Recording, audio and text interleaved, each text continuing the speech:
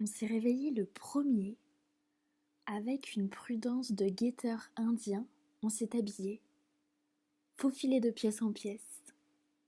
On a ouvert et refermé la porte de l'entrée avec une méticulosité d'horloger. Voilà, on est dehors, dans le bleu du matin ourlé de roses.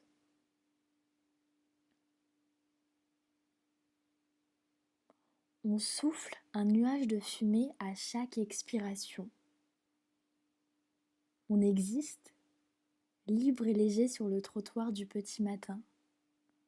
Tant mieux si la boulangerie est un peu loin.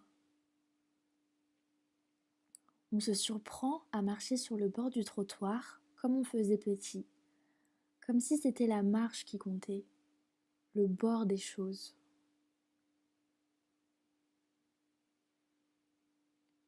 C'est du temps pur.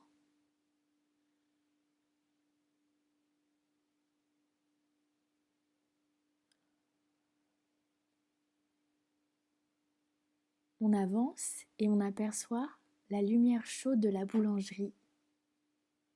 C'est du néon en fait, mais l'idée de chaleur lui donne un reflet d'ambre. Il faut ce qu'il faut de buée sur la vitre quand on s'approche, et l'enjouement de ce bonjour que la boulangère réserve aux seuls premiers clients. Complicité de l'aube. 5 croissants et une baguette pas trop cuite, s'il vous plaît. Le boulanger, en maillot de corps fariné, se montre au fond de la boutique et vous salue, comme on salue les braves à l'heure du combat. Puis on se retrouve dans la rue, on le sent bien. La marche du retour ne sera pas la même.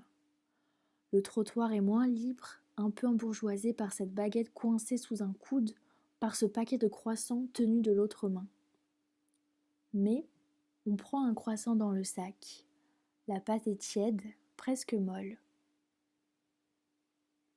Cette petite gourmandise dans le froid, tout en marchant, c'est comme si le matin d'hiver se faisait croissant de l'intérieur. On avance plus doucement, tout imprégné de blond, pour traverser le bleu, le gris, le rose qui s'éteint. Le jour commence et le meilleur est déjà pris.